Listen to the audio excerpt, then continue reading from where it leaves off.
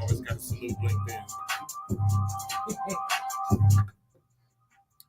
You're listening to Truth in the Afternoon. I'm your host, Dr. Ken Harris. 833-212-1017 is the number. So now people are teasing me, sending me texts from the South, 74 degrees. Okay. All right. You want to play that? All right. All right. I'm going to wait till the storm come through. Then I'm going to tease you. 833-212-1017 is the number. So, don't you hate when you take notes and you have so many notes that you have to find them? Something Sandra said the other day, something that she constantly repeats, I heard on the news channels today.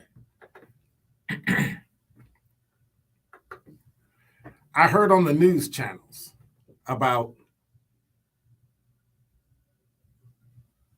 whether or not robots will take over. So I think a couple things in my brain. Jobs will be the same, or robots and artificial intelligence will take over. Right? That's it. That's what I think. I think that eventually jobs are going to change. And when they take over, we'll lose jobs, but then eventually we'll get jobs back. Because eventually they're going to break.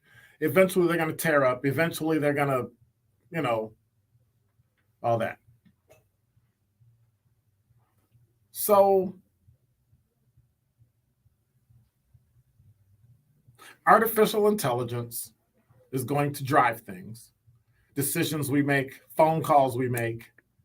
I want to go here. I want to do that. Give me directions, all that. On a side note, has anybody ever called the operator? Like, when's the last time you called an operator? That has to be one of the most obsolete jobs, like, ever. And then I dialed the number. There's actually an operator. There's got to be like one in every state, right? I don't know. I remember people who retired from AT&T, from Ameritech, from Illinois Bell, Wisconsin Bell. For what? For being an operator. Now we have Google. And so if you think about it, technology has taken over jobs that we used to have. But then as I thought about it, I think Sandra's both right and wrong, because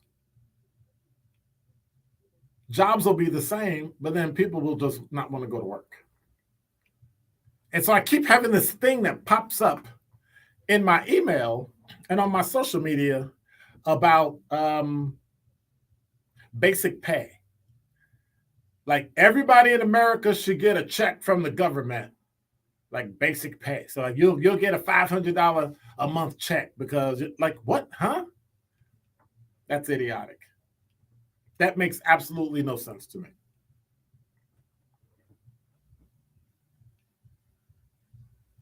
But then what about the people that don't want to work? How do we deal with that? Well, I'm going to tell you how you deal with it. Save your money. Here's why. I'm having a meeting on Monday. The meeting's at, 6:30, 7 o'clock. Meeting's a couple hours, 3 hours.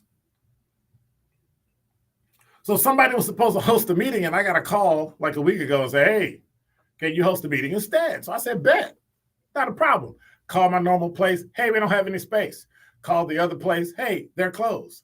So I start calling around to restaurants, hotels, right? Hey, Do you have any space? Oh, yes, we have private dining, which is weird to me because if you dine in private, it's actually less work. But for some reason, oh, yeah, we have a $1,500 minimum. I'm like, excuse me? Why would you need a $1,500 minimum?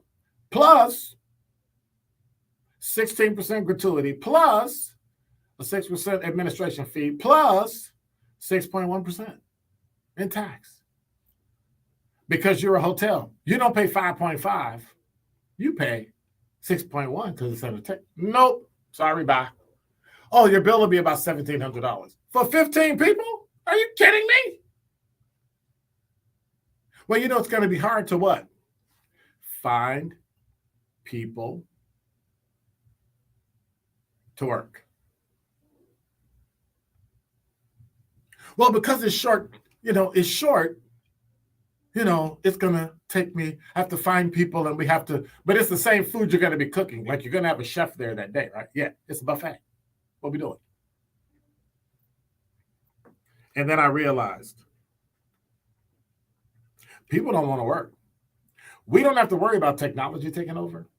People do not want to work. And so I said, if people don't want to work, then either people are going to work overtime and nobody wants to work overtime. I have a solution for it. It's a simple solution. With all that being said, the only way to do everything is to break down the economy. China's going to already break us off. We're already going to struggle because we're not going to have access to stuff, so we'll have to manufacture it here. People aren't buying shirts, right, for $300. They're going to buy a shirt for maybe $40 or $50, and that's it. But we can't produce anything in China.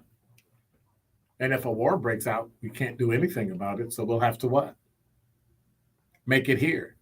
And I'm not paying nobody $40, $50 an hour to make a shirt. So the only thing we can do is cut your hours. Make productivity a shorter time. Less people, less hours. And I'm going to go on the record. There's Kyle Wallace. I'm going to go on the record officially by requesting it and by saying this is the solution for all the issues we have in America. 4-day work week. And that is Dr. Ken's Truth on the new